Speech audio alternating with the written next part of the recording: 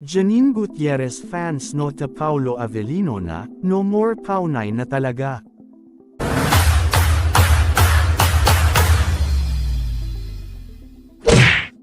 Aktres na si Janine Gutierrez sobrang saya sa mga nakalinyang pelikula at teleserye, mga fans todo ang suporta. Sa kabila ng pagiging solo artist ngayon ng aktres na si Janine Gutierrez, patuloy pa rin namang ang pag-usbong ng kanyang showbiz career.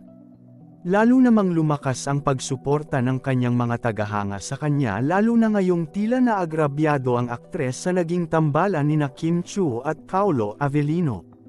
Matatandaan na bago pa man maging magkatambal sina Paolo Avellino at Kim Chiu, una nang nagkapareha sina Janine Gutierrez at Paolo Avellino sa ilang mga teleserye at nagkasama na rin sila sa ilang mga concerts. Nagkaroon rin ng mga bali-balita noon patungkol sa pagkakaroon ng relasyon ng dalawa dahil sa pagiging close nila sa isa't isa. Subalit magmula noong naging katambal na ni Paolo Avellino si Kim Chiu ay tila naitsapwera na umano si Janine Gutierrez.